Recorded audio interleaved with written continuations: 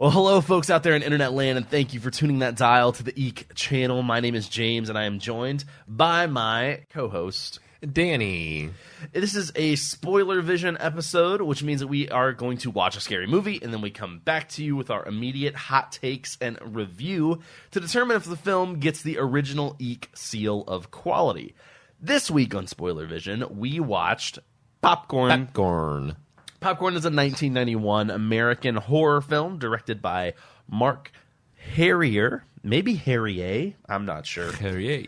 And written by Alan Ormsby. Now, the interesting thing about Popcorn is Alan Ormsby, who wrote the movie, was also directing the movie, and then probably a third to halfway through its development cycle, they pulled him out, and Mark Harrier finished directing the movie. So the trick is to figure out what point of the movie they said, that's enough. That's enough. That's true. That's true. All right, I'm going to go ahead and read our back of the box description. What could be scarier than an all-night horror-thon? A group of film students finds out when they stage just such an event at an abandoned movie palace. In addition to the 3 features, they discover a bizarre short film called The Possessor, whose creator, Lanyard Gates, killed his family and set the theater on fire after its first showing. Maggie has been having frightening dreams that seem to be connected to the possessor, and as the festival proceeds, the nightmare comes true for her and her friends as they are stalked and slain by a mysterious killer. Has Gates survived to continue the possessor's deadly legacy? To popcorn! To popcorn! Pop! And now for our feature presentation. That sound means that we are back. We're back. And we just watched Popcorn. Peppity cup popcorn. Popcorn. So I'm going to jump into some numbers. That's how we start off. We start off with our budget numbers. I could not find a budget for this movie. I can't. I don't think anybody was probably keeping track. No. I did find out that its worldwide gross box office was $4 million. They probably spent really, really good. They probably spent less than that. Yeah. You know, in 1991, they probably spent less than that. Yep. So this movie, I mean, I don't want to give away our reviews, obviously, but I do want to say that there is something interesting about it, and the fact that this movie was made in 1991, but I feel like it looks and feels like it was not made in 1991. I 100% agree. It does not look like that at all. And so it was filmed in Jamaica, which, you know, sometimes, you know, other countries outside of the U.S., culture is just a little different, and maybe some 80s trends lingered a little bit longer. But I feel like even the type of storytelling that it's doing and the whole kind of vibe of the movie definitely felt older. And that may have been on purpose. Because one thing that's interesting is if this came out in 1991, that means this came out after all of the Nightmare on Elm Street movies except for 6 and 7. So Nightmare on Elm Street, because the first Nightmare on Elm Street came out in 1984. Yeah. It really did feel like at least a mid-'80s kind of scary movie. I mean, I feel like 1984 Nancy, even with her hair the way it is, still felt more modern to me than the way that the characters look in this film. Yeah. But I think it did give a lot of very subtle moments that kind of gave you that reminder, like, yeah, we're in the 90s. And, that's true. And it just played out those. But really, most of it felt like I was watching this old, early to mid-'80s scary movie. Yeah, that's true. So yeah, interesting. So some of the trivia. So first of all, the title of the movie is Popcorn. Apparently the title was linked to an element in the story, and that element was removed before the final cut of the film. But the producers and the distributors still liked the title, so they just left it. Do you have any idea what the No, I have no idea. the popcorn's just poison? I wish I knew. It ended too early. Everyone just died right at the beginning. I wish there was some important plot detail with the popcorn, but yeah, we get nothing. So it was a box office failure, considered that. I still would guess that it probably made more money than they spent on it, which is something. But you know, it's later kind of grown to have a little bit of a cult following. It was so hated kind of at first when it came out that it was very quickly removed from theaters and went like straight to like the dollar cinema. Oh. Yeah. It was one of those kind of movies. But the reason why it's gained a cult following is it is considered sort of a love letter to a filmmaker named William Castle. And so this guy made The Tingler with Vincent Price. He also did House on Haunted Hill with Vincent Price. Okay. And a couple other movies in like the late 60s, maybe even mid to late 60s. And he would do these theater gags as a part of his film. And like a crew would travel with the film production as it played in different theaters. And like for House on Haunted Hill, as an example, they would rig a glow-in-the-dark skeleton up in the balcony of the theater, and then at the climax of the movie, this glow-in-the-dark skeleton would fly down and like just scare the shit out of everybody. Yeah. Because like, you know, today we've seen 3D movies, we've had like the 4D IMAX experience at whatever Disneyland or Ripley's and stuff like that. But like at that time, like you're going to watch a moving picture show, and then all of a sudden there's a skeleton flying from the ceiling. Like, oh, heck yeah. If I was in the Regal Cinema today and that crap happened, I'd scare the crap out of me. What is... No! And so, yeah, this guy would do stuff like that all the time. So there was the flying skeleton gag, and then in The Tingler, there's actually a portion of the movie. I actually want to review The Tingler on the show at some point. I've never heard of The Tingler, but it sounds super sexy. You're going to love even just the poster of it. But... So there's a point in The Tingler where Vincent Price literally like breaks the fourth wall and like looks at the screen and says, I think he says, "Scream for your lives." And then like they had bought like jet engines, like early airplane engines, and like rigged them to people's seats in the theater, and then it would randomly make different people's seats vibrate in the theater, and like. Yeah, that's where they get like the electrocution thing in this movie. But that one's really interesting. He did this one in a film where he did a fright break, where it was like getting close to like the climax of the film, and like it cut. Yeah, and like William Castle came on screen and he said, "If you're too scared, now is the opportunity for you to leave. You can go into the hall and ask for a refund. Everything's okay. This is where things get real." And like and no one actually did it. Like they said like 1% of audience members actually got up and left. Yeah. But like just the idea of these little things that just brought the fear kind of into the real world. And so the very end of the movie is actually based off of another William Castle theater gag where he had a punishment pole. And so at the end of this film, you've been watching the bad guy the whole time. Yeah. And then it gets to the end and it stops, break the fourth wall, and apparently everyone in the audience were handed glow-in-the-dark like voting cards, like a ballot. Yeah. Or like not a ballot, but like at an auction. Sure. And obviously this is all pre-recorded footage. He's not there in real time, but like he comes on the screen and he says, "Okay, now you have the opportunity. You can vote to either murder the villain and receive justice for everyone, or we have mercy on him." And the rumor is the mercy ending was never even actually filmed. I was like, it just automatically cuts to. I would love to see the statistics on that. It just automatically cuts to the all the nice white Christian people in the audience that didn't know what they were getting into. Spare him! Spare him! He can still come to chase us.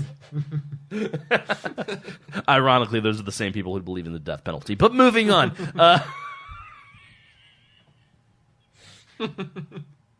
Moving on. But he would do these little things like that, and I think that stuff's really cool. I think that it is sort of a movie magic that maybe doesn't really exist anymore. And watching this film, I wanted to be one of the moviegoers. Yeah. So, like, I mean, short story, trying to get through the plot real quick. This film club or film department of the school doesn't have a lot of money, and so they're trying to prove to the college that like it's a legitimate department and all that stuff. So they hold this horror-thon film festival where they're showing like 3 back-to-back kind of 1960s inspired films with these film gags all happening in one night. Yep. And the whole time I want to be there. I want to go to that. If somebody did that today, I would go to it. I would love to go to a modern version of that show. Yeah, it looks so fun, and just the crowd participation that is happening, even when it's irreverent, is just so reminiscent of Rocky Horror Picture Show, which we are both fans of. And like it looks like a lot of fun, and I want to be there. So because of that, there are parts of this movie that I really, really liked.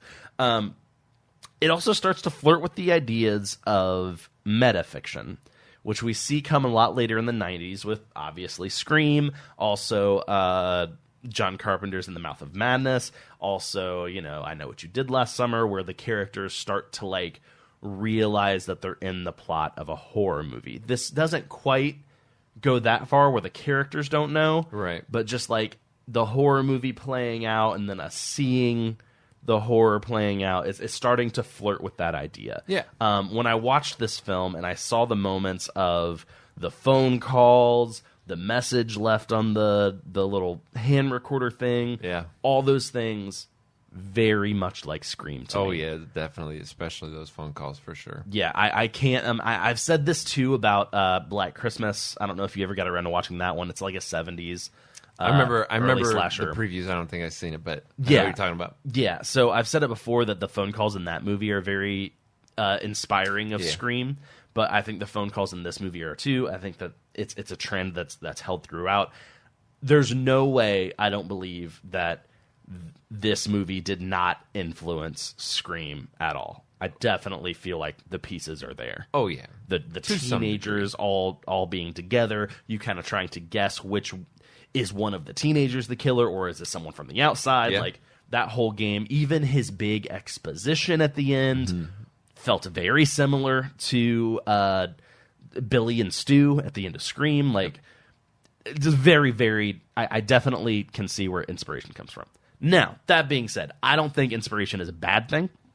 If anything else, when I see stuff like this, it makes me feel better about some of my creative output, because a lot of times I'll take a little bit of this and a little bit of that, and I really like this thing, and then I really love 80s slashers, and we're just going to put it all in a blender, and then that's me. That's that's my creative output. Yeah. And a lot of people, this is a ripoff of that. This is a ripoff of that. Well, yeah, that's because I like that stuff, and that's what inspired me to make that stuff. It's okay. And I think that happens way more in movies than the internet troll wants to give it credit, and they just say, this is a ripoff of that. This is a ripoff of that. This is a ripoff of that.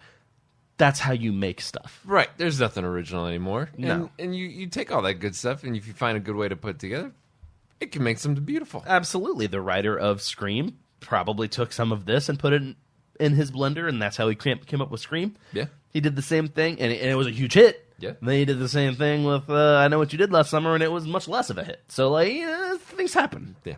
Things happen. Okay, so we talked a little bit about what happened in the movie. Your synopses are always very succinct, detailed. So we'll let you take it. I feel like I laid out the groundwork. So right.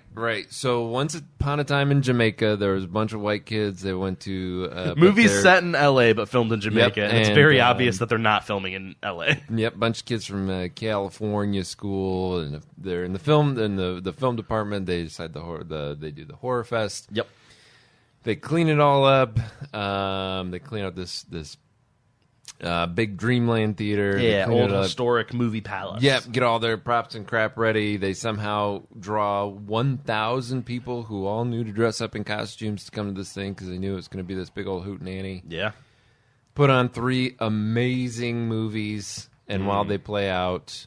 the bad guy does his old thing and kills a whole bunch of the white kids. Yeah. So interestingly enough, the bad guy starts using the planned theater gags as murder weapons. Yeah. So just like we talked about the skeleton in House on Haunted Hill. There's a movie called Mosquito, and there's a big fake mosquito that flies across the audience and it's supposed to scare people. Well, he outfitted the mosquito with like a torpedo head and used that to like spear a guy, and like then there was very similar to the Tingler with the vibrating seats. They had like seats that would give a small little electric shock and like a little flash of light, and he turned that on the guy who was operating that system and made him electrocute himself.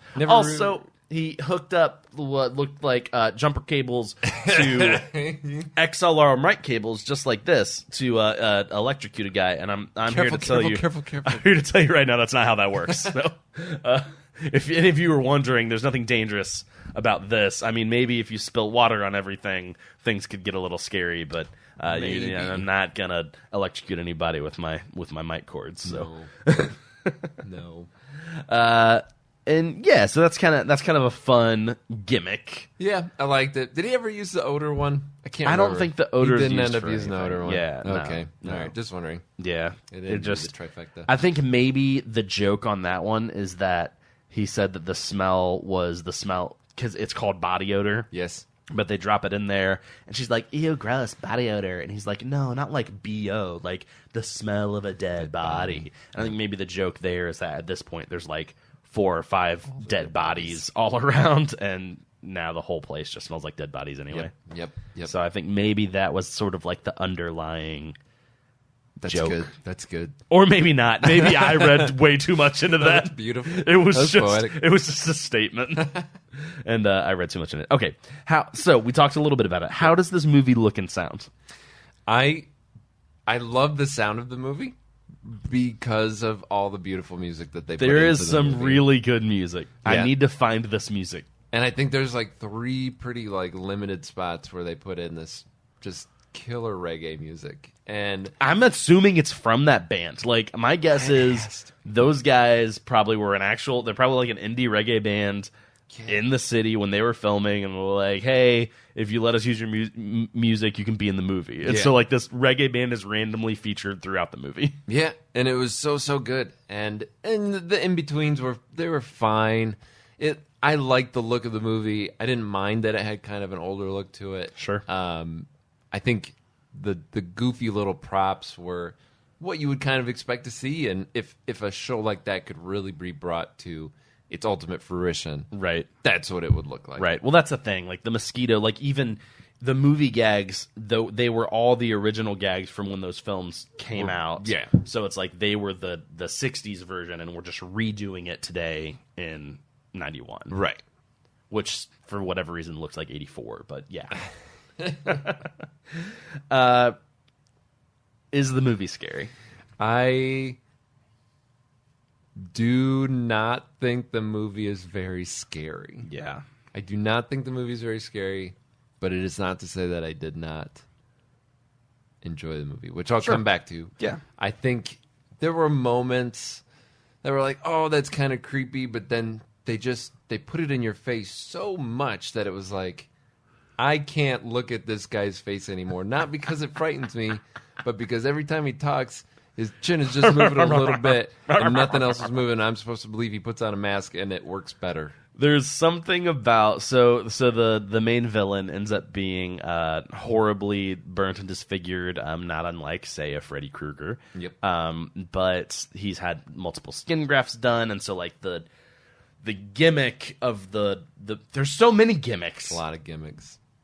But his specific gimmick, is that he literally puts on other people's faces because he has his disfigured face. It's kind of a Leatherface thing, but a little more not realistic. Leatherface's is more realistic. Yeah, his is more like prosthetic-y. I can make the face and then put it on me, yep. And if I stretch it and I have enough time to pin everything where it's supposed to be, I can pass as almost this person. Mm-hmm. Yes, almost, yes. Almost. Which they do as a really fun effect by, I believe, using the actual actors. Definitely. Holding fake faces up as he's going through all the faces that he can do, which is actually a really fun. I did like that. It's a really fun little scene. So that's sort of his thing. And those things are kind of scary in that they're gross, you know? Like, but they're not even gross. They're just kind of weird.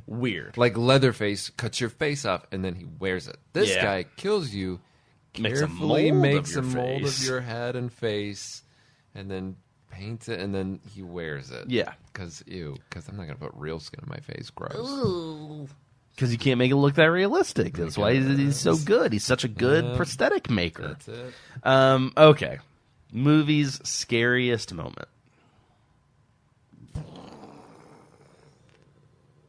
Honestly, I think the scariest moment was the intro.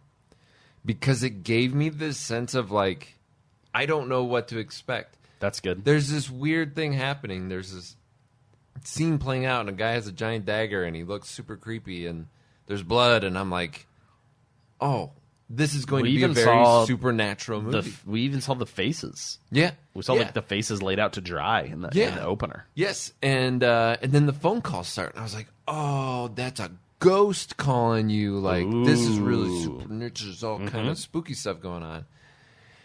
And it wasn't that at all, and I got really disappointed. So I was spooked, I guess, the most in the very beginning, where I thought this was going to be this very frightening, supernatural ghost story thing. And even in like the parts where the guy started coming into the theater, and it was Lanyard, right? Not Toby at that point. Right. Somehow he's coming in the theater, and then he turns the corner and he's gone, and it's like, oh, this is supernatural. Right. And it's spoiler. There's actually that was actually something in the trivia that the none of the characters seem capable of doing anything supernatural.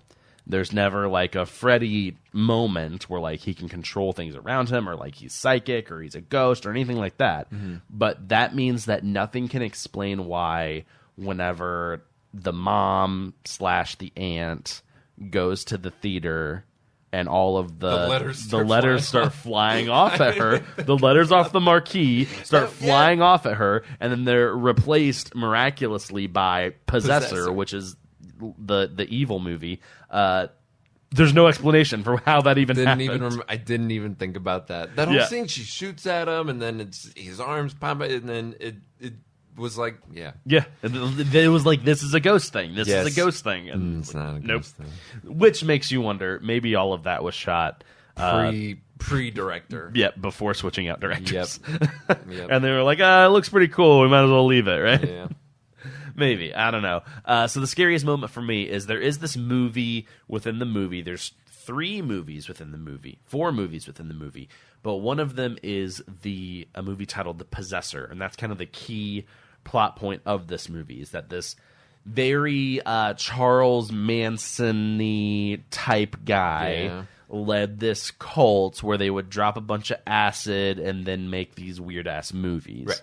And nobody liked his movies, and so he made this last movie called The Possessor, which is just, again, a weird-ass, creepy movie. There's just random shots of eyeballs and mouths and people saying and whispering shit.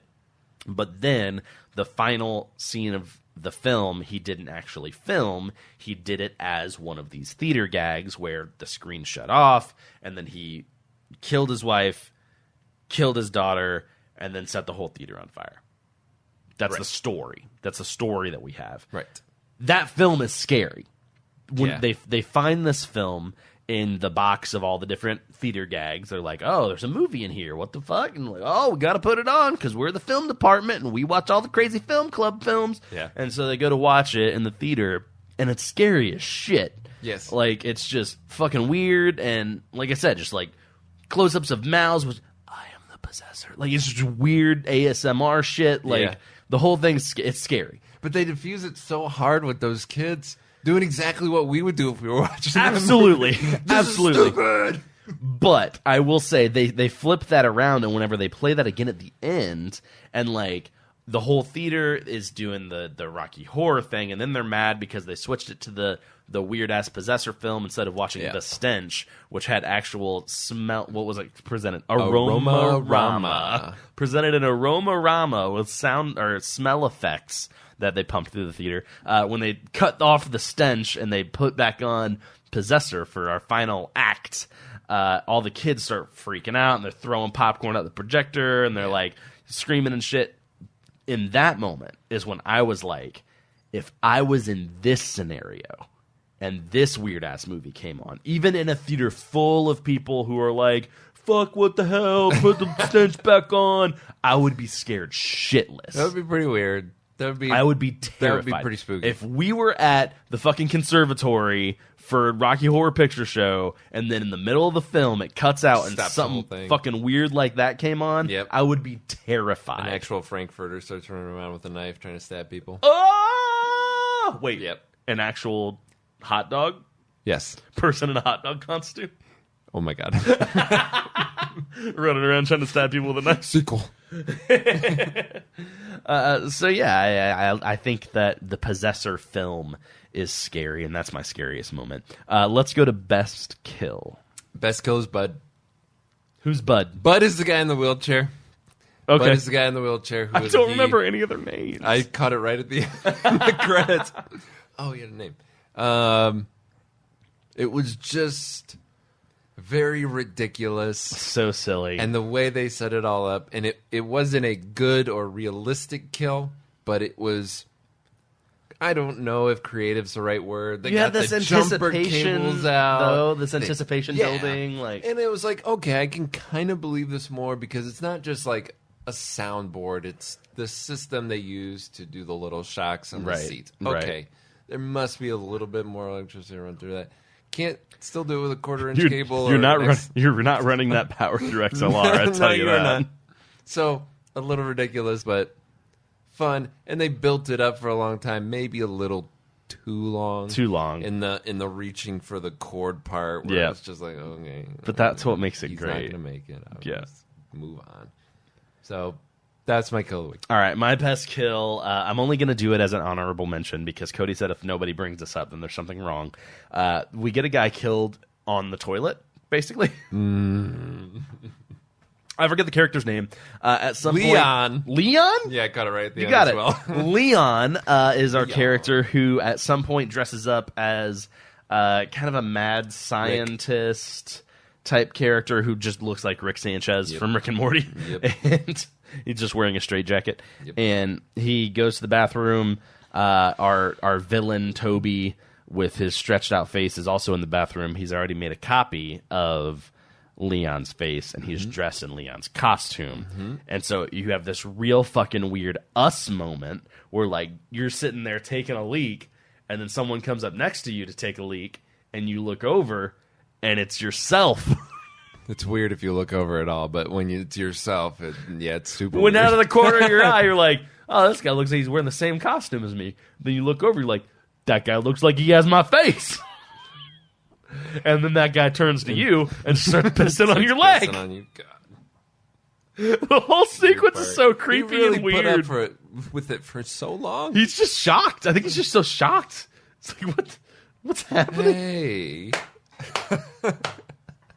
I do believe you're peeing on my leg. That's not nice. And so then he gets locked into a bathroom stall, which he was an athletic guy. He could have climbed out the top. I'm assuming for some reason he can't come out the bottom. Cannot come out the bottom. Because even I can do that, and I'm unathletic as fuck. And I can crawl out the bottom of a bathroom stall if my life depends on it. Well, you don't see these age-old bathroom stalls where you can lock them from the outside, too? Oh, yeah, What that's true. was That was weird. What He was locked it with a key. You just leave the key in there, and that's Maybe that it's keeps in it a locked. theater. Maybe it's a thing. Maybe at the end of the Maybe. after cleanup they lock them so that Okay. nobody goes in there and shits in them after they've already been cleaned. I don't know. Okay. I don't know. Okay. Sure. I'll buy it. Good Take kill. it. Good kill. And so yeah, he throws some shit in the not some shit. I don't know what it was. Throws some white Anthrax stuff into the toilet, which starts bubbling up and like creates a smoke, and that makes the guy like kind of pass out at Yeah. first, and then he explodes. Did he explode? He passes out on the toilet, and then there's like an explosion. Oh, I thought it was just a light. Maybe a light, maybe like a flashbang. I don't know. There was I something don't that know. went. There was like a light bulb above the stall, and it just like blew up because of the stuff that was in there. Maybe that was it. I don't know. I don't know. If he blew up, I changed my answer. That's my kill of the week. I changed my answer. Either way, dude dies on the toilet. Dude dies. It's weird. He dies on the toilet. Yep. Okay. Moving on. Thumbs up, thumbs down, and our nuggets. Our nuggets are percentages. Rotten Tomatoes has a tomato meter with their percentages. We have a chicken nugget meter. It's the Nuggetometer with our percentages. I'm going to lead us off. Okay. There were 5 of us watching this film tonight. Yes. I think most people walked away disappointed. Mm-hmm. I really liked this movie. Sorry. Sorry, go on. I really like this movie. It gets a thumbs up. I definitely give this film a thumbs up. It's a movie. It's not scary. It's not. It just gives me. It still finds a way to give me. It's not even really that funny, but it finds a way to give me kind of those warm and fuzzies. Like, I like that it makes me want to be in it. Like, that's a different kind of movie. I don't want to be in Scream. I love Scream to death. I don't want to be in that movie. Right. I want to be in this movie. Yeah. Like, everything about it makes me want to be an audience member there who none of the audience members got hurt. Like, no. And then at the end, all that they see is the bad guy gets killed. Yeah. Which they all still think's part of the show. But Yep, even though they loved it. even though it's not part of the show, the bad guy still got killed. They didn't see the girl get killed. She ended up living. Mm-hmm. So, like, everything about this movie, I could be a character in the audience and have a fucking blast. Yeah. Like, I really like it because of that reason. Now, I'm not necessarily going to say that it deserves a super high Nugget score, because I don't necessarily think that it does. Before I give you my Nugget score, it is a 37% on Rotten Tomatoes. That's better than I would have guessed. I would still give the film probably I feel like I've lived in the 70 range for far too long. And I think that 70 is very similar to like a C. Yes. Which, I mean, and then in high school, basically C. And, like, I don't like the idea of, like, living in that place where, like, oh, I'm just giving it this because I want it to be better than, like, a D, because D means, like, oh, it's bad. But I don't think that it's really good, so I'm not going to give it a B, so I'm going to give it this random thing in the middle. I feel bad about doing that lately, so I'm not going to do it with this movie. All right. I like this movie, and I give it an 80%. Wow. I know that it's not an amazing piece of cinema, but I like this movie 80 chicken nuggets worth, 80% worth. I like the movie. It gets an 80%. All right. I feel like we were probably the only two on this wavelength, and I'm really glad that we're here for this after show. I also liked this movie a lot. It was really, really fun. I feel the same way, especially that scene where they drop the mosquito and the dude runs out with a giant can of aerosol trying to spray it. I was like, that's so Rocky Horror. I want to be there. I want to be there in that. And everyone's dressed up. And I was like, oh, that looks like a lot of freaking fun. Yeah. And then just all the moments through the movie where they said exactly what you're thinking. Yeah. Particularly the scene where Toby is explaining his big Fucking stupid plan. Which I want to say, I pointed out at the very beginning. As soon as I saw Toby's face, I said, fuck that guy. And then he ends up being the killer. And it's just, what are you doing? Why is this your motivation? Oh, God, it's so convoluted. It's not supernatural, and it's not a good thing at all. But he explains his whole stupid plan. He's got to reenact the way the movie is made, because if he does that, everything goes back to normal, and his mom won't die, and he won't be disfigured. Yeah. And it cuts to our lead girl who's trapped by him right now, and she says, "That makes perfect sense." Oh my God. And the whole time you're listening to it, it's like, this is the dumbest thing I've ever heard in my entire life. Whatever you need to get this plot moving along, That fine. makes perfect sense. And I don't know if it's said in jest, or if she's like, oh my God, that does make sense. I don't think it's said that way. I don't think so. I think that it's self-referential enough for her to realize that, like, if I were to say, Toby, what the fuck is wrong with you? That makes no sense at all. He's just going to get pissed and stab me in the face. So, like, if I play along a little bit, maybe it gives time for fucking Mark to come save me. We got to talk about Mark before we leave.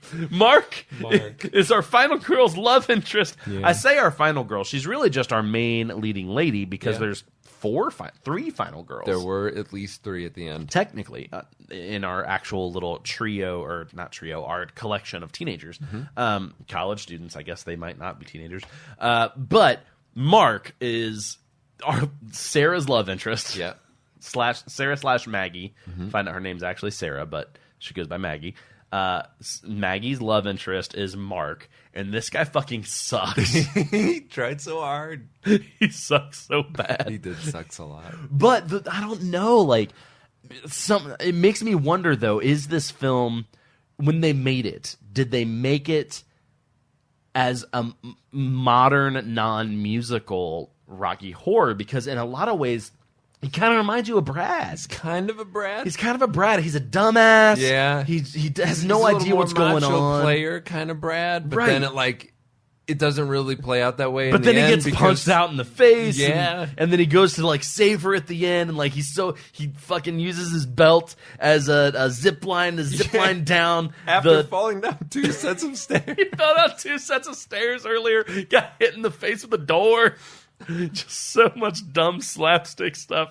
And then Indiana Jones is down to the bottom, which later friggin' Maggie even says, "Oh, you look like Indiana Jones." Yes. Which didn't amount to much of anything besides he broke something and accidentally killed. He slides down there, breaks the contraption holding the giant mosquito prop. The giant mosquito prop falls down and stabs Toby, the bad guy, right into the gut. And that's how the movie ends. The end. And yeah, I mean, oh God, I'm a little sad that nobody appreciated it quite as much as we did. I will say, we watched Demons recently, which you weren't here for. And Cody, I wanted to get his input before he left. I said, hey, if there is a tie on our thumbs up, thumbs down, what's your tiebreaker? And he goes, thumbs down. This movie sucks. If you're going to watch a horror film set in a movie theater that has a movie within a movie kind of thing going, watch Demons. I could probably say for the most part I do agree with that. But Demons has a lot more kind of Romero-esque, Dawn of the Dead-esque elements to it. Whereas this movie brought that Rocky horrorness to it that I just really had so much fun with. Yeah, without seeing Demons, I can imagine exactly what you mean, and I think I still like Popcorn. Yeah, I mean, Demons was definitely goofy. Yeah. But it was probably more serious than Popcorn. Yeah. But I think that Popcorn still has its place. I think this could be a great Halloween yearly watch. You know, you watch it around Halloween. You could watch it with people who don't really like scary movies because it's not that scary. Great one to watch with your girlfriend, wife, 100%. Yep. Or I give it boyfriend, husband. I'm giving it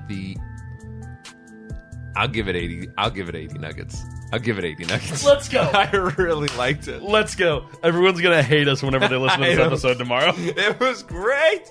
Oh, I loved it. All right, well, that about wraps it up for this SpoilerVision episode. Do not forget, SpoilerVision episodes are not our only episodes. Eek Speak is our horror house party, and you are invited. Eek Speak is recorded live on YouTube Monday nights at 7:30 Eastern Standard Time. We would love for you to join us and engage with us in real time. A party is always more fun with people. We want guests. If you would like to be a guest on Eek Live, please hit us up on Instagram at Eek Channel, EEKCHANNEL. You can also email us, hello@eekchannel.com. If you'd like to help us out, you can rate, review, comment, like, subscribe, I always mess up. Notifications. Enable notifications. Why is that one so hard? That's a lot of syllables. It's hard. You can enable your notifications. You can subscribe. You can do all the internet things wherever you listen. Or you know what? Just tell a friend. Thank you guys so much. Oh, God. I never fixed the focus on this camera. I'm glad I haven't used it until now. We're just going to skip back to the other camera. I'm going to say thank you guys so much for listening. This has been a production of Eek Channel. We make spooky stuff for people like you. You can discover more content like this at eekchannel.com or find us on Instagram, Twitch, YouTube, Facebook, all the places. And don't be shy, we like making new friends. Thank you for tuning in and stay eeky.